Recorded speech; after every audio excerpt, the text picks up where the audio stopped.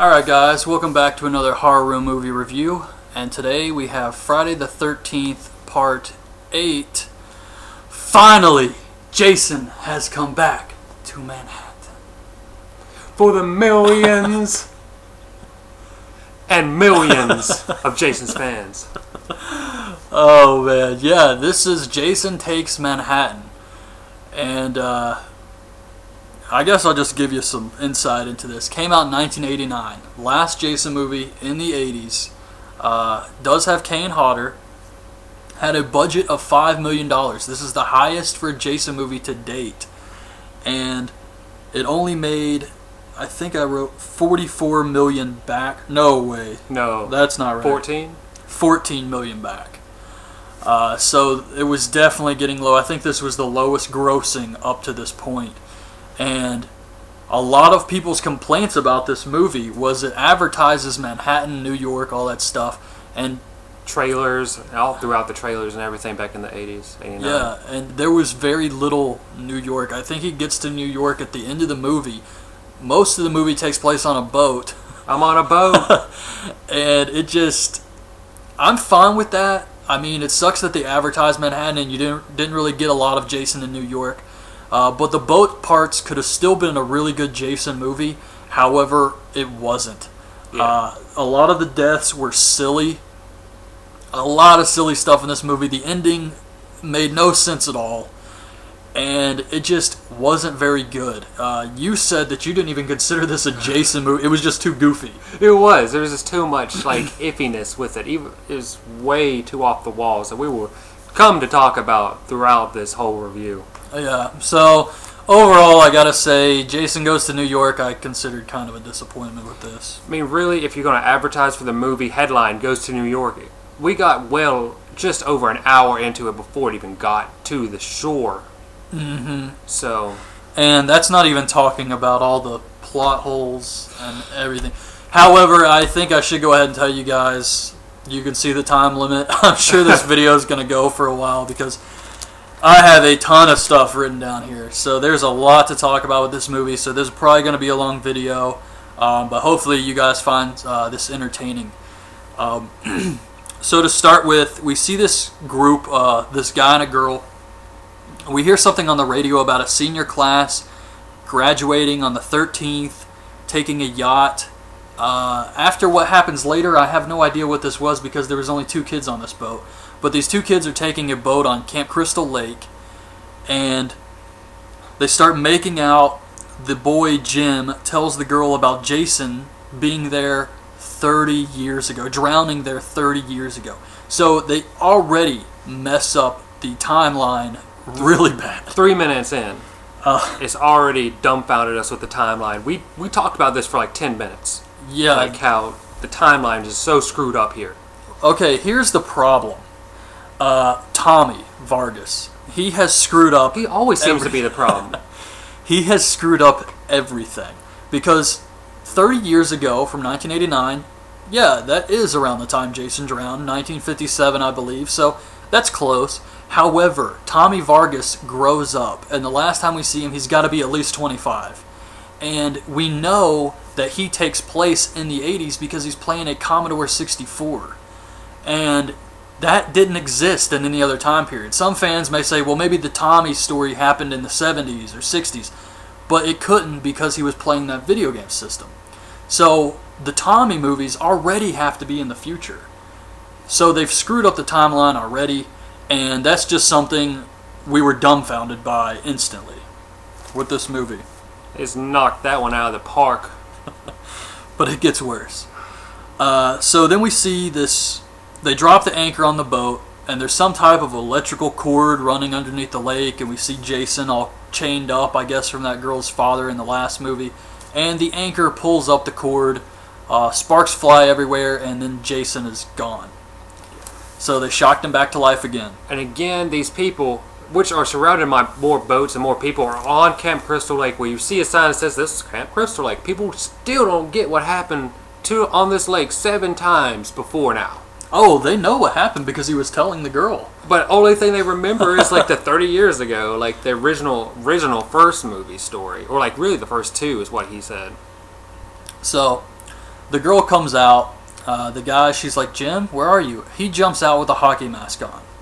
He just has a Jason mask laying around, and then he pretends to stab her. The genuine Jason mask too has the actual slit still in it. Yeah, so how did he even get this? Not to mention, in the last movie, Jason broke the mask when that girl was using her telepathy or telekinesis to squeeze the mask, and then Jason broke it in half. So what the hell is going on here? I don't even know. All I know is I found it incredibly disturbing that he scared her and then pretended to murder her. Yes. That was pretty messed up. I will say this is probably the first part, officially, this is probably the first part where I'm going to bring up magic. The mask. Magically, it got put back together in its original form. A lot of magic in this movie. So Jason shows up while they're having sex. He kills Jim. You mentioned the official mask. The girl actually runs and hides on the boat. Like, she doesn't try and get off the boat. She just runs and hides. Like, this guy has literally all night to look for you on this tiny-ass boat, and you're going to hide on the boat. So she actually gets away, but her bright idea, I'm going to hide on this boat. And there's a little cabinet, little compartment. So Jason finds her, of course, and then he slowly stabs her. It was almost like a 3D effect where it's like coming at the screen, and he's like stabbing her at this speed. Literally, it's really kind of funny because it's taunting, it's almost torture just to see how slow it is. He's just slowly, get it right. Yeah, it was awesome. Then we see, cut back to another time, I guess, another place, and we see some other kids boarding the ship. I guess it's a graduation thing. The captain makes his son the new captain, and then he gets mad at him for not doing everything correctly. Like, he just surprised him with the news that he's going to be the captain. And then he gets pissed off that he doesn't, like, sound the horn or something. Safety reasons, man. You gotta tell everybody we're shipping off. But anyways, he's being a really overly douche about it. Yeah. Then we have another guy who I'm just going to call New Crazy Ralph. From the first couple Friday the 13th, you had Crazy Ralph always warning people of danger but never giving details. Yeah, you're doomed! You're doomed! This deckhand is the new Crazy Ralph. He tells the son that the voyage is doomed. We see Jason climb aboard the new ship. So he's on the boat. I have to explain this part here because... Okay, so Camp Crystal Lake is a lake. Jason takes a boat from a lake to the sea. Now, that's crazy enough, but this boat had the anchor dropped, 2 dead kids on board who no one is looking for. The owner of the boat, I assume these kids rented it or something for graduating or whatever, they're not looking for the boat. And this boat just drifted all the way to the freaking sea. I don't even know how that is possible from a lake. It's not. And when it shows up and the new Crazy Ralph sees it and he's like, we're doomed. This whole ship is doomed.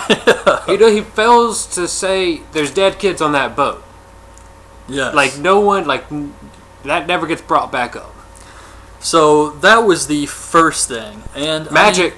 That was the first instance of magic. Magic, lift the boat. Let's drop it. I mean, it's really hard to believe this because I looked it up online just to give myself some sort of idea to try and give them the benefit of the doubt. And Crystal Lake is supposed to be somewhere in New Jersey. So there's still no way, no river, no nothing. I mean, there's no possible way this happened, but whatever, we'll chalk this one up to magic. Just the first of many. Ooh, yeah. So, then we see these 2 kids. They're shooting a music video. The girl goes downstairs, down to some, part of this big ship, and she plays a song. Better acoustics in, the engine room. So she goes off on her own. She's playing a song. Jason shows up, kills her with the guitar. The new Crazy Ralph hears her screaming and says nothing. Okay, when she kills her with the guitar, right? First, you can see in the same scene, she lays down the guitar and you can see her running down the stairs. Same scene, guitar's right there. The very next scene, Jason smashes the guitar against her face. Same guitar, that's like a half a second. Hey, it's magic. Oh man, Jason is all over the place in this movie. He can just appear and disappear at will. Dude, this is that movie. Yeah, this is crazy. So we see these other two kids. They're doing some cocaine. Rennie's Uncle Charles. Rennie's like the main girl. She has her Uncle Charles, who's definitely a bad guy. I guess like another an over-demeaning parent. But he's the uncle, you know. And she has like an aunt or something, another teacher there who I guess she's related to. So they show up. Uncle Charles finds the girls doing cocaine, and he tells them to go to their room and do their homework or something, even though they're supposed to be graduating. Tells this one girl, a blonde-haired girl, to like go to. He'll be in her room in 15. Tell her to go to her room. He'll be there in 15 minutes to check on her biology report. Yeah. So another guy we see is in the sauna. Jason comes in, grabs one of the hot rocks, and pushes it into this guy's chest. I thought this was actually pretty cool. Yeah. Like the hot rock gets on fire real quick. Then we see the coked up girls push Rennie off the boat since she's afraid of water and they don't like her. At this point, they never explained why she's afraid of water until the very end, so I assumed because Uncle Charles is her legal guardian, she lost her parents in water. And then she keeps seeing this ghost boy who's covered in water, who I thought was her brother. And they never explain any of this. However, we find out later that she is seeing Jason, a young version of Jason, is the ghost. But yeah, there's a lot of stuff was not explained to us. Or explained or nothing. So the captain's son jumps in the water, saves Rennie. She has the scary vision in the bathroom of the ghost boy. Then we see the blonde girl who was doing cocaine back in her room. Charles comes in. She tries to seduce him with her biology homework. Is just a lot of stuff painted on her body. She's just like in a robe with like a bra and panties on, trying to impress Hots for teacher. Yeah. So the kid who was shooting the music video comes in. He videotapes them like kissing and stuff. Charles gets mad. He gets up and says, "What are you doing? You can't be doing this." And then he sees the kid with the videotape who just tosses the tape to the girl as evidence, I guess, and Charles just leaves. Nothing ever comes of this. It's just stupid. A lot of these scenes felt like they just wrote words. Like, just say some words. Yeah. Like, we don't need a script. Just say words. It was a really bad plot device right there. For, like, the whole reason is the whole, like, this blackmailing the teacher for a grade and everything. There's a whole reason behind this, but this just went to nowhere. And then with, like, what you were saying with the putting words together, I mean, I just have to say, you know, tremendous age. Yeah, tremendous age. What a tremendous age that is. So then we see the blonde girl. She's getting out of the shower. Jason busts into her room. This part was awesome. She loses her robe. She's naked, and she runs directly into a mirror. She busts her head. Does a quick blade job. Gets a little blood. And then Jason grabs a piece of the mirror and stabs her. Then we see Jason kills the first mate. Well, before we get into that, what you were saying about tremendous age, we see the first mate and the captain talking, and the captain says, "So how old's your son now?" And the other guy says 19 months, and the captain says that's a tremendous age. Just pointless dialogue that was for no reason, had no build, and just ended abruptly. It was just words for the sake of having words. And sad. Yeah, so Jason shows up, kills the first mate with a harpoon, and then he cuts the captain's neck with the back of the machete. You can just tell, like, when he brings it in, he's not even using the front of it. Safety first. It's a movie. Yeah. So the son shows up, finds his dad dead. Rennie's with him. All these other kids start to show up in the captain's room. Charles shows up, the teacher. Crazy Ralph shows up and tells them that it's Jason. So Charles thinks it's him, of course. The deckhand's going around killing people. They try to radio in for help. However, then we see Jason cut the phone lines, I guess, the cords, which... And you asked earlier, like, during the scene, like, how does Jason know exactly where the cords on this boat are? Really? I mean, I would have no idea how to do this, and Jason Voorhees just knows exactly what to pull to stop communication with other ships. Yeah. Magic. He just knows. So Jason chases the other girl who was doing cocaine, to the dance room. She shows up, there's music playing, a disco ball, and then Loud. she starts freaking out and spinning in circles like, The middle of the dance floor, she's just turning around. Yeah, and then she sees Jason, and then he's like, she sees him, and then she looks over here and he's there, and then she looks over here and he's there. It's just really weird, and the only Magic. thing that happens is he chokes her out. He just picks her up, chokes her, and drops her. Unoriginal. Yeah, really lame death here. Magic and unoriginality. Okay, so here's another good part. The other kids that are left, they have this one guy who I'm just going to refer to as the badass. They were boxing earlier and he won. He's like the tough guy of the group. They're picking weapons. And you can explain this part better than me. Okay, well, he lays out a bunch of weapons for like him and like 3 or 4 other kids to pick out. And they all pick out one, which are just like blade and a couple hatchets and whatever. They all pick out one. And nobody chooses the gun. Nobody chooses the gun. They wait. This is all for this one moment. And they asked him, "Aren't you going to get a weapon?" And he says they're like, "No." But the shotgun, so terrible. Oh, God. Yes, this is amazing. So he gets the gun, and then we see the guy with the video camera who also has a shotgun now, all of a sudden. And he loses his glasses, he can't see shit, and he sees someone walk by and just shoots him, and he just killed one of his friends. He's thinking it was Jason because he's blind.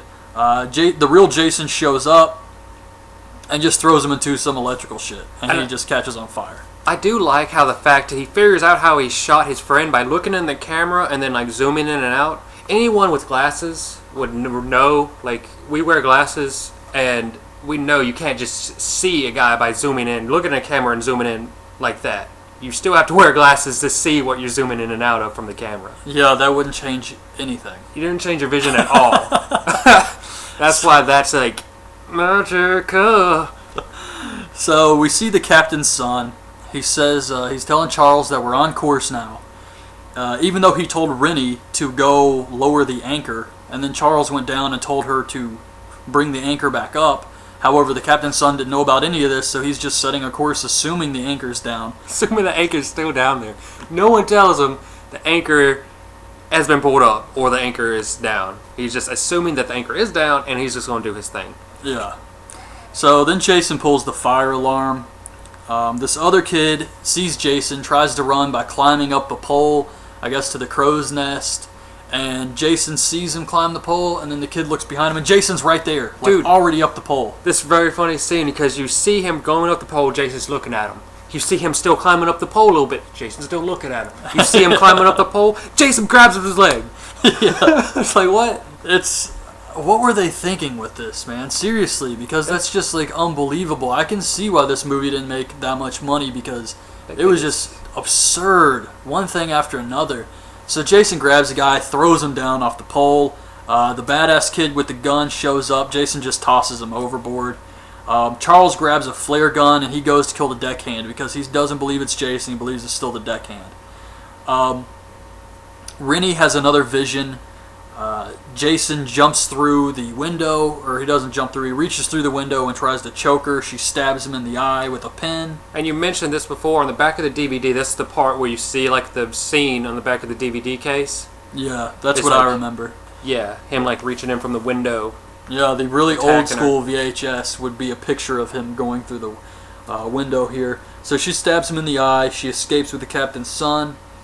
The ship starts flooding, something exploded or something like that. It's like in the engine room there was like a fire and it exploded, whatever, and now there's like it's flooding the ship.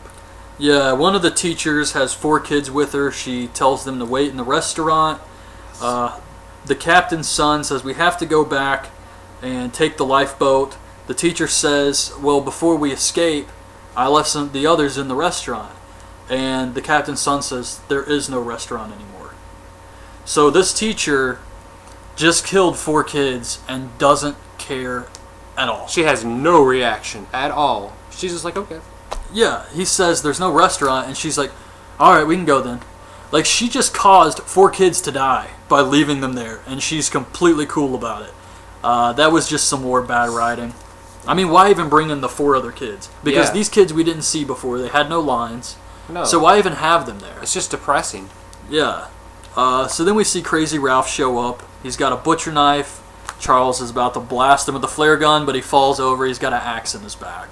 So, of course, we all knew he wasn't Jason, but now Charles knows. Lightning strikes the ship. I wrote that down because I thought it would mean something. It doesn't. No. It strikes the Statue of Liberty later and still didn't mean anything. Does it mean something? No. They all get in the lifeboat. Jason's just watching them do this. They're watching Jason watch them. Which is funny. The badass kid jumps into the lifeboat, so he's still alive. And they just float in the fog for hours, I guess. And then they arrive at the Statue of Liberty. They get on a dock. They jump out. And then Jason immediately jumps out with them. He, I guess, swam. Don't know how he got there. He was very close with them because it was probably 30 seconds after they got out of the boat that he shows up. It's kind of funny, like right at this scene where they're between the scene of them getting on the lifeboat and them actually getting to the shore, finding the shore. There was like a scene in between that, a meaningless, stupid plot device that was just went nowhere again. It's just like they're on a boat and then it's like what? They're like running, like feel like they're running out of luck or something. They have to give hope. I'm like, really? This was just stupid. Really, Yeah. For no reason. Again, no reason. And you still have the New York stuff coming. So Yeah. This movie was pretty long, too. I have to say it was like almost 2 hours, I think. Yeah, it was just for stupid parts like this just kept it going with no New York. Yeah, Again, they haven't even got there yet. They've only just now got there. Yeah, they just got there. They try and do some comedy with Jason seeing a billboard of a hockey game, and he's like, looks at the mask, and he's like, oh, that's me. Yeah, just stupid shit like that. He actually has a couple of comic bits on this. That's right. Yeah. Rennie and the others, they arrived in New York, so what has to happen now? They immediately get robbed. Immediately get robbed. As soon as they step foot in New York City. This was absurd. These thugs take Rennie off to rape her, I guess. Yeah, that's what's going on. Yeah, so they hold They're having a guns and they party. tell the others, don't follow us. They take her off. I have to say, this part with Rennie and the thugs was scarier than Jason. Yeah. It was far more disturbing to me to this see this. This actually really happens. This is the 80s, unadulterated 80s New York. Big city, gangs, drugs, AIDS. Yeah, they're just trying to put all that into this movie. And it was pretty disturbing. So Charles, the teacher, the badass, the captain's son, they go to call the police. We see Rennie and the thugs. They inject her with some type of drugs. Yeah, with insulin. Well, it's clean. I don't know what this was, man. It's one of those insulin needles, but it's filled with a green liquid. Looks like antifreeze. Yeah. But you can tell he's he pushes up he tries to be a real true druggie, but he leaves a bubble. He leaves an air bubble in the needle. So he basically could have killed her. Yeah, and it wasn't just a small tiny needle. It was one of those big comical needles. But yeah, it was kind of stupid. So they inject her with some type of drugs. Jason shows up, stabs the needle through the guy. The other guy tries to shoot him, but Jason runs his head into a pole, and Rennie's able to escape. While she's escaping, Jason finds the badass guy in a phone booth. He chases him up onto a roof. The guy tries to box Jason. This lasted way too long. Again, another scene. He's just throwing punches the entire time, tires himself out, and then he tells Jason, give me your best shot, and Jason punches his head smoothed off. It was awesome. This part was very cool. He punches this guy's head all the way off. It rolls down off the building into a dumpster. Knock his block off, literally. Yeah, this was cool. So Charles and the teacher, they find a cop and meet up with Rennie and the captain's son. They get in the back of the cop car, and then they see the badass kid's head on the dash. So Jason went and removed the head from the dumpster.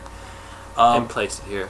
Which he's done stuff like that before, kind of maneuvered bodies, but this is first instance of a head and really messing with his prey. Yeah. So Jason shows up. He chokes the cop out with the cop's radio. Rennie jumps in the front seat and drives the car, and then Jason appears down the street. We ought to remind people that she's still drugged up and seeing shit. She was already seeing Kid Jason before this, and now she's drugged up. She is still tripping. So, and she's driving. But what was really weird to me is Jason chokes the cop, and then he's down the street. That's right. Like, he's all the way down the street, and she's in the car, and she sees him, so she's like, I'm going to floor it and run him over. And then she has one of those crazy visions and wrecks the car. So everybody has to try and escape. Except the teacher, Charles, the captain's son, Rennie, they all get out of the car, and then the car explodes, and the teacher is left inside. And they like, leave her. They literally leave her. They all walk away, and then they're like, wait, it's her, and then the car explodes. You guys just left her, bro. You picked whatever her name is up, and then like left the teacher chick. So she deserved it for leaving those kids in the damn ship, though, boat, and whatever. That's true, actually. So then we get a flashback with Rennie as a child, where Uncle Charles is trying to teach her how to swim on Camp Crystal Lake. And he does this, I told you he was a villain, he does this by tossing her into the lake, where moments before he said Jason is down there and waiting to drag people underwater to drown them. And then he tosses this like 8-year-old girl into the water. Surprise, bitch. So, very disturbing here, and that's where we find out that the ghost she's been seeing of the little boy is actually Jason, where his face is all messed up. I mean, I don't understand. I guess that's why Jason's after her. He remembers her from the lake or something. I don't even know if it's really about that anymore. Because that doesn't even get brought up. Because but he doesn't kill anyone else in the city. He just walks through the city after this girl. He doesn't kill anybody in the subway or anything. Which is always a question mark. He's walking by all these people. Yeah. Doesn't like do anything. So we get back to the present, and she's mad at Charles. The captain's son pushes him down. They leave on their own. Oh, well, I was going to say something that when she wrecks the car and basically kills the teacher, she is, again, herself, emotionless. She doesn't even care that she basically drove the car, almost killed 3 people, did kill 1. She was driving the car. Yeah, and she was supposed to be related to that woman. Yeah, that's right, too. Charles is supposed to be like her brother or something like that. So whatever. Then Jason starts chasing after Charles. Charles runs into a building, and then we just see him get thrown out the second window. This is another time where Jason just teleports and tosses him out the window, and then he drowns him in a trash can full of green liquid. It's just not even close to believable, like any of this stuff. Yeah.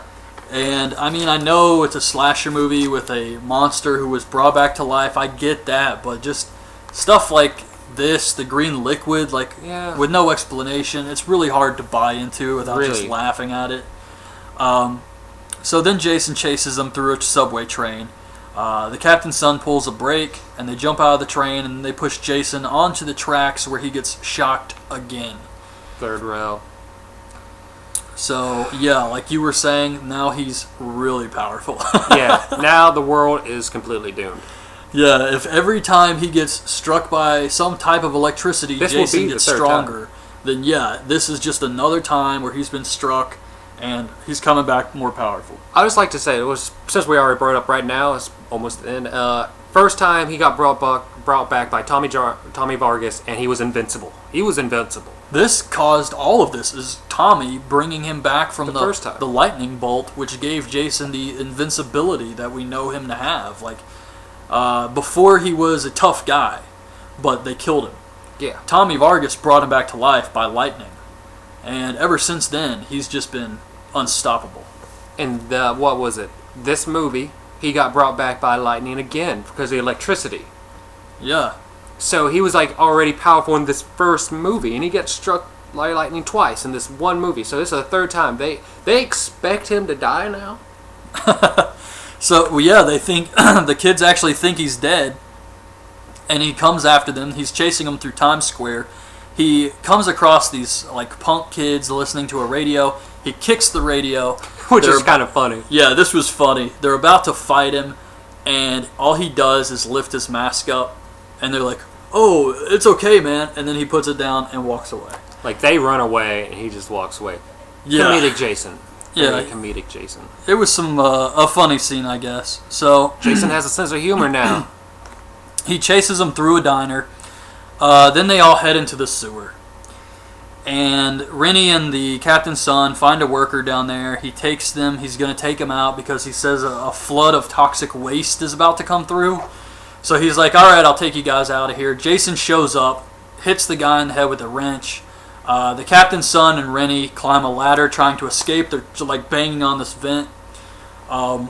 Rennie actually throws some toxic waste into Jason's face. And he takes the hockey mask off and his face is like melting. Yeah, I think it's really cool right here. Yeah, this was actually pretty cool. I was paying a lot of attention to this because this was the first time we got to see Jason's face. Before, when he showed the punk kids, we didn't get to see it as the audience. But here we got to see it, and it's pretty grotesque. Pretty good job. I think this one's equal with movie 7 as far as just like zombie, Crypt Keeper type Jason.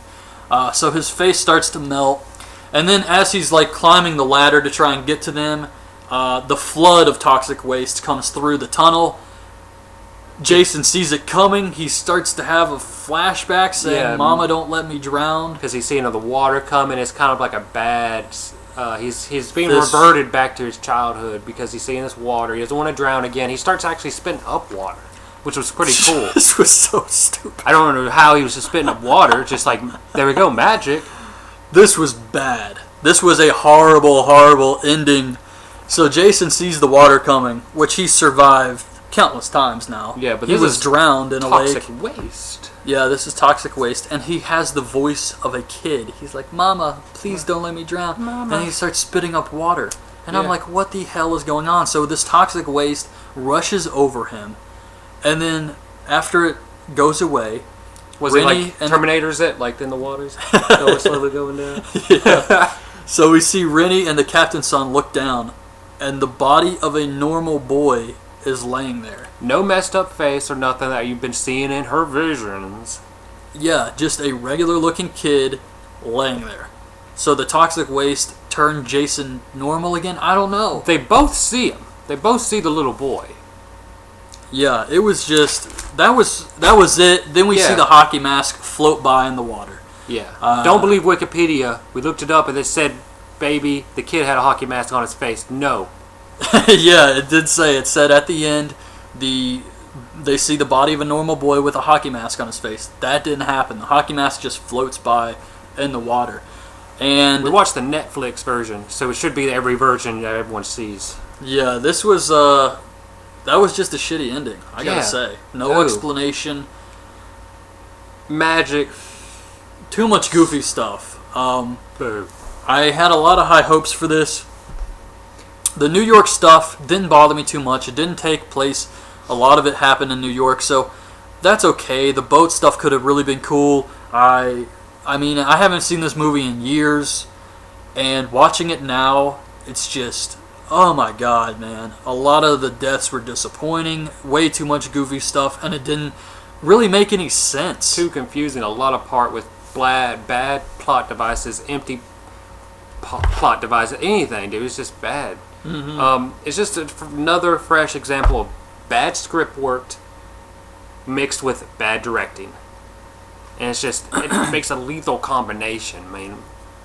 I mean, when you have stuff like Rennie seeing visions and being afraid of water, and you don't explain it until the flashback, which is the last 15 minutes of the movie. Yeah, 15, 20 minutes of the movie, you tell us why. I mean, it's just not a very good idea. And I can see why, people were starting to really get, not to where they just didn't really care to see Friday the 13th, because this is 1989. The first one was in 1980. They released 8 movies in that span of time. 9 years. And I mean, it's kind of like, I guess it was the 80s version of Saw or Paranormal Activity, where once a year you get a Friday the 13th movie, and it just got hot. Yeah, just like hot Saw, quantity. It got to a point where it just wasn't very good anymore. Fizzled out. And this was that movie. This was that point of that franchise. Has to be this was the movie that they just had to come back from. I mean, the last one was really goofy. The ending sucked, but the movie itself was good. You had the girl with telepathic powers and all that type of shit. And it made money. It made its money back. All the movies before this always made their money back exponentially. Yeah, and this just, I was really disappointed with this one. So I gotta say, not a fan of Jason Takes Manhattan. I'm going to have to say the same. Not a fan. Too much. It's magic. They had the song playing in the background, dude. That's all I can say about this movie. It's magic. So I guess that's it, guys. That's our review of Friday the 13th, Jason Takes Manhattan. I hope you guys liked the video. Leave your thoughts on this movie in the comments below. And we will be back next week to do Friday the 13th, Part 9, Jason Goes to Hell. So hope you guys like that, and thanks for watching.